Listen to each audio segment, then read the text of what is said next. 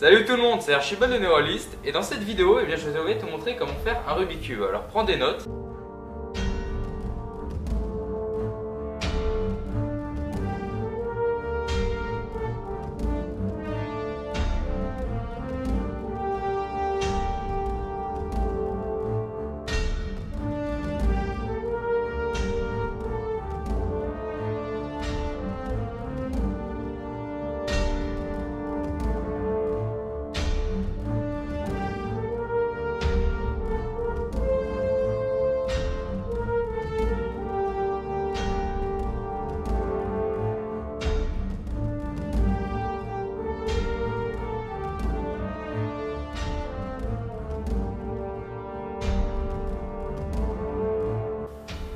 C'est bien, tu pourras te la péter pendant les pauses entre les cours. Voilà, donc on se retrouve avec une boîte en plastique avec écrit Cubo Rubik's dessus parce que je l'ai acheté au Costa Rica, donc c'est en espagnol. Et on peut voir dedans le magnifique Rubik's Cube. Donc c'est un vrai Rubik's Cube de la marque Rubik's. C'est le classique, c'est avec les couleurs très basiques. Allez, on va l'ouvrir.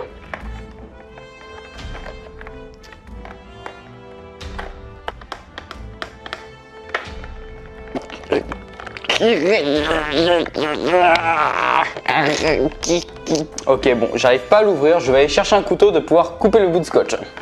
C'est marrant comme quoi on s'est déplacé, on est sorti en voiture, on est allé dans un centre commercial, on a fait le pas de rentrer dans un magasin, on a dépensé de l'argent pour acheter et puis tout est foutu parce qu'on n'arrive pas à enlever un bout de scotch qui ferme la boîte. Ça y est, je viens d'enlever le morceau de scotch. Au bout de 10 minutes de labeur, je viens de réussir à enlever le morceau de plastique qui était dessus.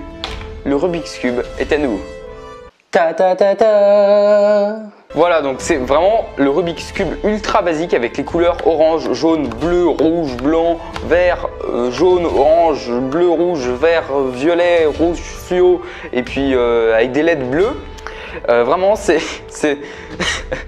vraiment, c'est le modèle ultra basique comme vous pouvez voir dans des chaînes YouTube ultra connues comme par exemple, je pense notamment à Archibald Neuralist. Sinon, il y a aussi Archibald Neuralist et Archibald Neuralist. N'hésitez pas à aller voir sa chaîne YouTube. Je trouve que c'est une chaîne YouTube de très bonne qualité.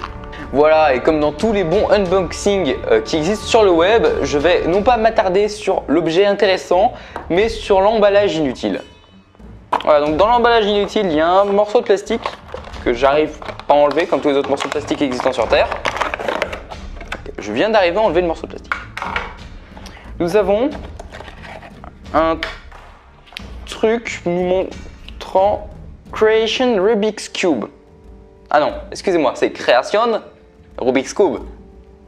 Cubo Rubik's. Ok, donc vous pouvez voir, c'est un manuel d'explication comme il y a des millions et des millions de Rubik's Cube qui ont été défaits dans les années 80 et qui n'ont toujours pas été refaits. Et bien, ils sont à présent livrés avec un manuel pour pouvoir les refaire. Et ensuite, au fond de la boîte, un truc très intéressant qu'on trouve, c'est un petit socle pour pouvoir poser son Rubik's Cube. Voilà, faut pas que ça tombe. Voilà. Vous en pensez quoi? C'est pas génial?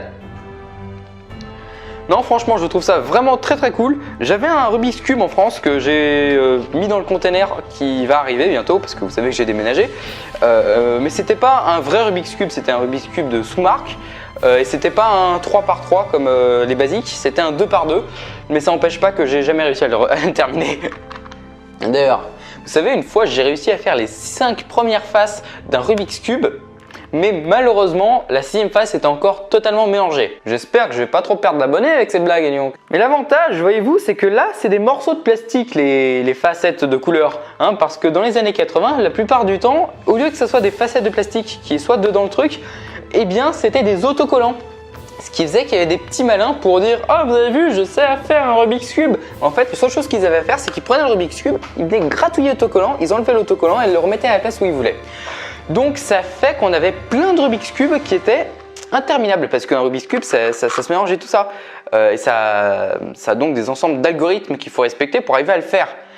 Donc si on enlève les facettes pour le défaire, eh bien c'est comme si on tournait comme ça une touche, on peut plus le refaire. Donc ça faisait que tous les Rubik's Cube qui avaient les angles, les facettes enlevées et remises étaient donc bousillés. C'est dingue comme des trucs comme ça des années 80-90 ont pu être oubliés puis après revenir totalement à la mode. Que vous sachiez faire les Rubik's Cube ou que vous sachiez pas faire, et dans tous les cas c'est pas grave. Si vous savez faire, ça sera très amusant parce que vous pourrez le faire. Ou alors si vous ne savez pas le faire, pas grave. Dans tous les cas c'est un objet extrêmement intéressant à pouvoir poser en mode attrape-poussière sur son armoire.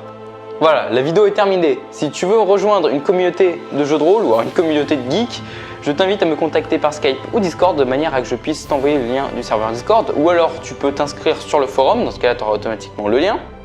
Bon, allez les geeks, à vos Rubik's Cube, à vos dés, à vos tables de jeu, à vos MMORPG, compagnons des rôlistes, je vous dis à une prochaine fois.